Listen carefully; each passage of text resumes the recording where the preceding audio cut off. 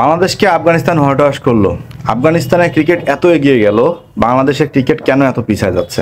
তার মূল কারণ হচ্ছে দুর্নীতি। বাংলাদেশ ক্রিকেট বোর্ডে যেমন দুর্নীতি হয়, বাংলাদেশ ক্রিকেট বোর্ডের যেমন দেখা যাচ্ছে এক একজনের ব্যবসায়ের দিকে টান, আফগানিস্তান ক্রিকেট বোর্ডে সেই জিনিসটা নাই। বাংলাদেশ ক্রিকেট বোর্ডে দেখা যাচ্ছে সবাই বিজনেসের জন্য আসে, বাংলাদেশের ক্রিকেটাররা থেকে শুরু করে খেলোয়াড় মানে যারাই আছে পরিচালক থেকে শুরু করে সবাই আসে বিজনেসের জন্য, বাংলাদেশের কোচ আছে তাদের সিভি ভারী করার জন্য।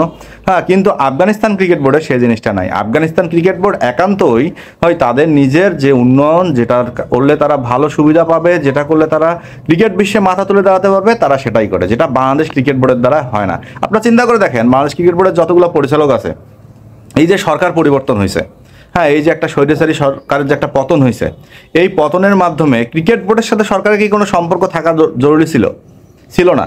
হ্যাঁ, এবং আইসিসিতেও সেটা বলা আছে যে একটা ক্রিকেট বোর্ডে কখনোই মানে সরকারের কোনো হস্তক্ষেপ থাকবে না। অথচ আমাদের ক্রিকেট বোর্ডের এমন কিছু পরিচালক আছে যারা সরকার পালাইছে তারাও পালাইছে।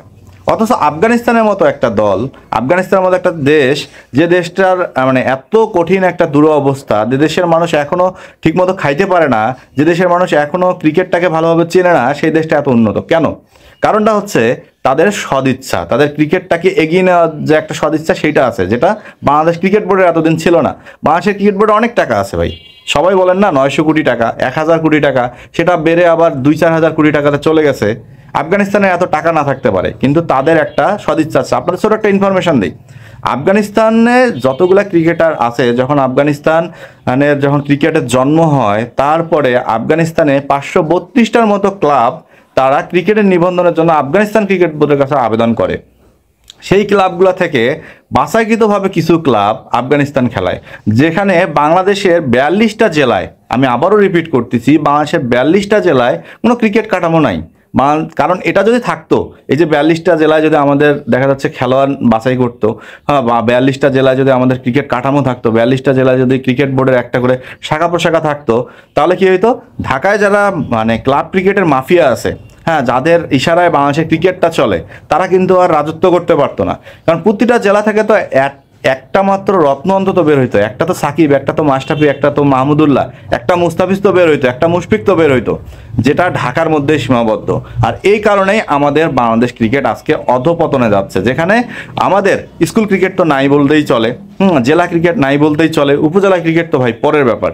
সো বিভাগীয় ক্রিকেট লিগগুলো যে চালু আছে, এটাই বড় ভাগ্যের ব্যাপার। পারলে তো এটাও বন্ধ করে দিয়ে এ টাকাটাও পকেটে পুরে নেয় বাংলাদেশের যারা পরিচালক আছে, বোর্ড পরিচালক আছে। তাহলে এখন কথা হচ্ছে, এই দুর্নীতি করতে করতে, হ্যাঁ, আমরা 52 বছরে যা পারি নাই, হ্যাঁ, যে জিনিসটাকে নষ্ট করে দিলাম, অথচ আফগানিস্তানের মতো একটা ক্রিকেট দল, আফগানিস্তানের মতো একটা ক্রিকেট টিম মাত্র 12 বছরে এসে এতটা উন্নয়ন করলো, যার ফলে আফগানিস্তানের সাথে আমরা পরপর ওডিআই সিরিজে হোয়াইট ওয়াশ হলাম। ঘরে মাঠেও হোয়াইট ওয়াশ হয়েছিলাম, বেঁচে গেছি, 2-1 সিরিজ জিতছি।